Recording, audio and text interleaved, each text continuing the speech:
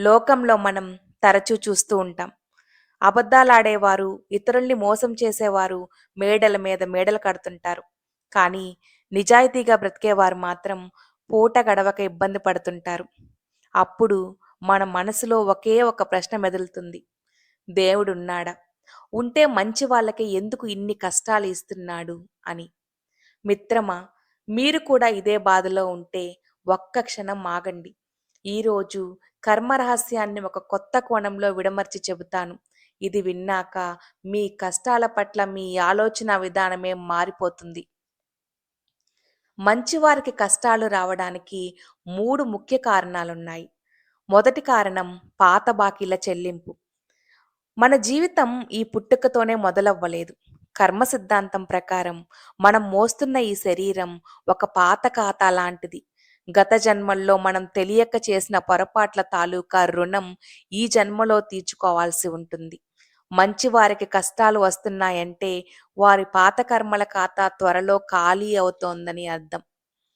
రెండవ కారణం బంగారాన్ని కాల్చి శుద్ధి చేయడం. బంగారాన్ని చూడండి.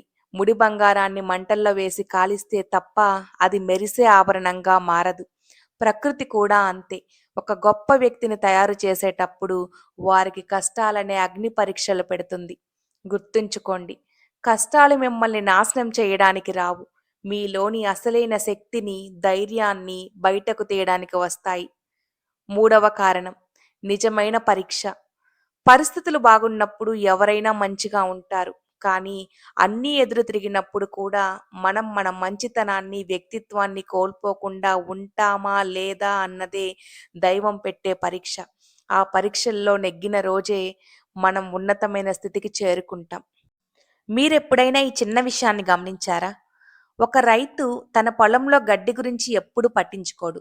అది ఎంత పెరిగినా, ఎలా ఉన్నా వదిలేస్తాడు. కానీ తను నాటిన పంట మొక్కను మాత్రం అది మొలుస్తున్నప్పటి నుండే కత్తిరిస్తాడు. పురుగు మందులు కొడతాడు. ఎన్నో జాగ్రత్తలు తీసుకుంటాడు. ఎందుకో తెలుసా? ఆ గడ్డి పరక ఎలా ఉన్నా ఎవరికీ నష్టం లేదు. కానీ ఆ మొక్క మాత్రం నాణ్యమైన ధనాన్ని ఇవ్వాలి. మన జీవితం కూడా అంతే.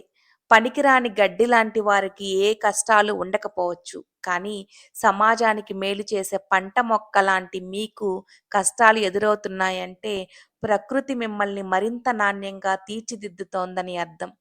కత్తిరింపులు, మందు జల్లులు ఇవన్నీ మిమ్మల్ని బలహీనపరచడానికి కాదు, మీకు గొప్ప ఫలితాన్ని ఇవ్వడానికే. చెడ్డవాడి విజయం ఒక ట్రాప్. దుర్మార్గుడు బాగున్నాడు అంటే అర్థం వాడు వెనక జన్మలో చేసుకున్న పుణ్యం ఇంకా మిగిలి ఉంది. ఆ క్రెడిట్ కార్డ్ బ్యాలెన్స్ అయిపోగానే వాడు పడే పతనం ఊహాతీతంగా ఉంటుంది. అప్పుడు వాడు చేసిన పాపాలన్నిటికీ వడ్డీతో సహా చెల్లించాల్సి వస్తుంది.